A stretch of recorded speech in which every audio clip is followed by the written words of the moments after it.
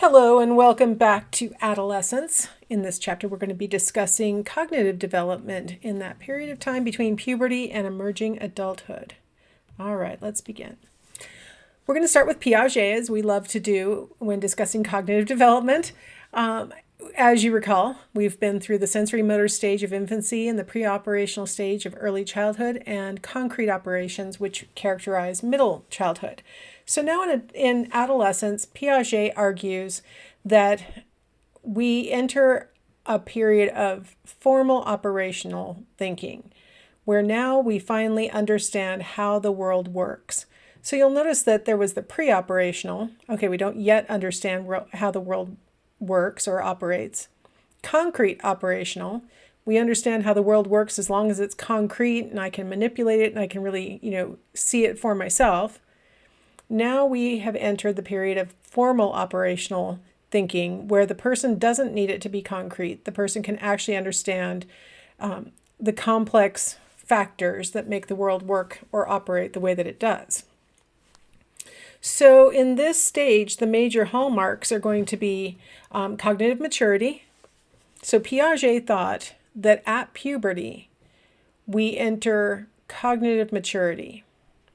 Let's all enjoy that overstatement for a moment, right? I think even if we reflect on ourselves, which, maybe we're harsher on ourselves than other people, but if we reflect just on our own thinking and how it has developed over the past few years, I think we can all agree, even me who's, old and should have been cognitively mature a long time ago, I still see myself being more and more sophisticated in my understanding of nuanced, detailed, logical things. So I can imagine that a person who's maybe 16, 17, 18, who's listening to me right now, or maybe in your 20s, you can absolutely look back just a few years and think about how you made some cognitive mistakes in understanding the world that now you understand.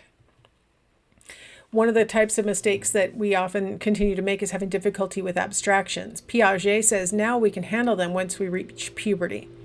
It's a good time to take a second and talk about how Piaget really thought that cognitive development was dependent upon physical maturation, that as your brain matures, then you develop cognitively, and that you develop in leaps, that you'll be in a sort of status quo position until your brain gets to a certain degree of developed, and then you'll sort of make the next jump to the next stage. And so he thought puberty provided that physical change that would allow you to make this leap to now you can understand abstract concepts. They don't have to be concrete anymore. So one of the things that we see adolescents doing that we don't usually introduce in childhood is dealing with the kinds of math that have variables in the formula, right? For one thing, formula. We don't really talk about formula with kids who are in the concrete operational stage. Once we get past puberty, suddenly we get introduced to algebra, and then into geometry, and then into trigonometry, and then into calculus, right? They're getting more and more abstract. And so one of the hallmarks of formal operational reasoning is that we can handle those kinds of abstractions. Another hallmark of formal operational thinking is that we start to be able to see possibilities. We start to think about all the different alternative ways that things could work out, all the possible, ways that this story could have ended differently, or if I choose this pathway for my career, it could end up like that. If I choose this pathway for my career, it could end up like that. And we can kind of reason, well, which of these possibilities do we really want? We start to be able to do those things after puberty. The big disagreement that most modern cognitivists have with Piaget isn't that what he's saying about cognitive maturity is wrong. Instead, it's about the timing. Like just suddenly at puberty, you can start doing these things? Probably not. The last hallmark of formal operational reasoning would be the ability to test hypotheses. And you really can't test hypotheses unless you can hold abstractions in your head, see different possibilities. The thing about a hypothesis is that you say, I think it's going to come out like this and not like that, right?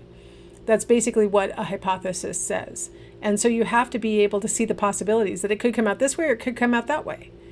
And then now you set up a way to test that logic. let's look at an example from Piaget's research. He used something called the scale problem. And if you're familiar with scales where there's that, triangular shaped, I don't know what this is called on a scale that it balances on.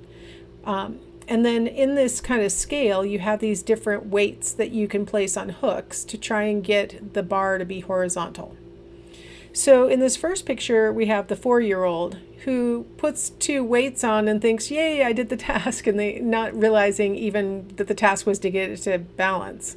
They probably don't even understand the concept of balance, or horizontal, or even, or any of the things it would take to understand what this task is. So they take 2 weights of the exact same size, put them right next to each other. They don't mind that the pendulum is tilted. I mean, they aren't getting it at all. Okay. The 7-year-old, who is right on the brink of concrete operations, kind of understands, when you explain to them, okay, you want this bar to be level, you want it to be balanced. They now have the vocabulary and stuff to be able to understand like what you're saying to them, but they can't really figure out how to go about making it happen, right? So here we have a 7-year-old who's placed 2 equal-sized weights somewhere along the rod and looks completely confused about what else to try. Doesn't really get the premise. With the 10-year-old, remember, one of the things about Piaget's test is that you might solve it correctly, but do you know why you solved it correctly? So the 10-year-old can solve the problem, but if you ask them, well, why is it balanced? Like, what did you do that caused it to balance? They don't have the ability to actually say, well, I mean, since 5 kilograms weighs so little, I put it way out on the end because I know that that'll give it more power. Or, I mean, even in simplistic 10-year-old words, they can't say, and then the 10-kilogram one, I had to move it in closer to the pivot point so that it would have less power. Like they can't even explain it in 10-year-old language. In adolescence is when finally a child can have the ability to start explaining the rule that makes this work, so that they can do a 2 kilogram versus an 8 kilogram, and then they could switch it out to the 5 kilogram and the 10 kilogram and have it work flawlessly because they understand the principle of weight times distance away from the pendulum is what determines whether it'll be level. So they ultimately, by 14-ish, you can start to explain the rule, the reason, the abstraction, the law, however you want to say, for why this works. And that shows that they've actually made that cognitive leap. They can do it right and they know why. All right, let's go ahead and take a little break here and you can watch this logical reasoning test. This should look pretty familiar because it looks like ones I've shown you before, and then we'll come back on the other side and we'll talk about the judgments that the child made. I will see you on the other side.